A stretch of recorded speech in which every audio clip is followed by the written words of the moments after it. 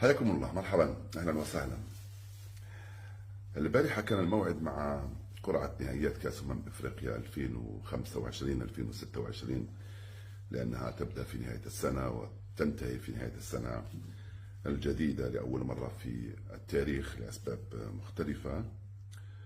والبارحه ايضا مساء واليوم قرات وسمعت مثلكم لي الكثير من التعاليق والتحاليل والتوقعات والتكهنات، سواء كانت فنية أو إعلامية وجماهيرية، وهذا أمر عادي وطبيعي عندما يتعلق الأمر في كل مرة بعملية قرعة التي تعتبر جزء من اللعبة وجزء من الحظ وجزء من المنافسة.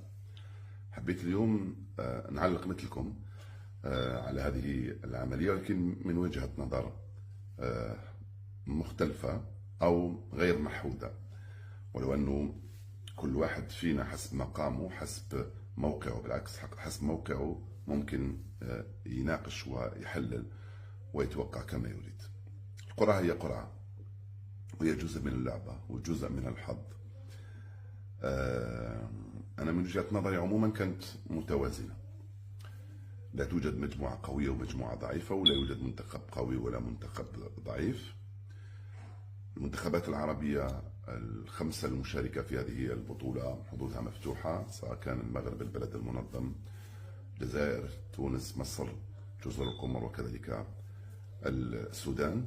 صعب جدا اليوم نتكلم عن الحظوظ وعن التوقعات والتكهنات، لأن البطولة ما زال لها 10 شهور.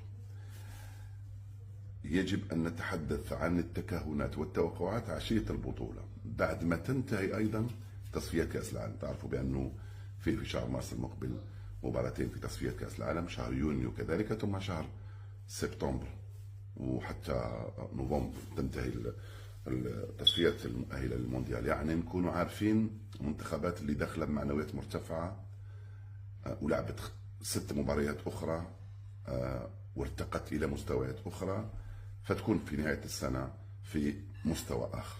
تصوروا مثلا لو الجزائر أو تونس أو مصر في من هنا إلى لغاية نهاية السنة يكون خرجوا من سباق التأهل إلى المونديال، فكيف راح يكون حظوظ هذه المنتخبات في تصفية في نهائيات كأس أفريقيا؟ فالأول يجب أن نضع البطولة في السياق، يعني في نهاية شهر ديسمبر مش اليوم. ثانيا نشوف الوضعية المعنوية، إذا كانوا متأهلين لنهائيات كأس العالم أم لا. ثالثا نشوف ايضا ظروف اللاعبين انذاك في نهايه شهر ديسمبر، لانه تعرفوا بانه الكثير من المنتخبات تعتمد على لاعبين محترفين. نشوفوا ظروف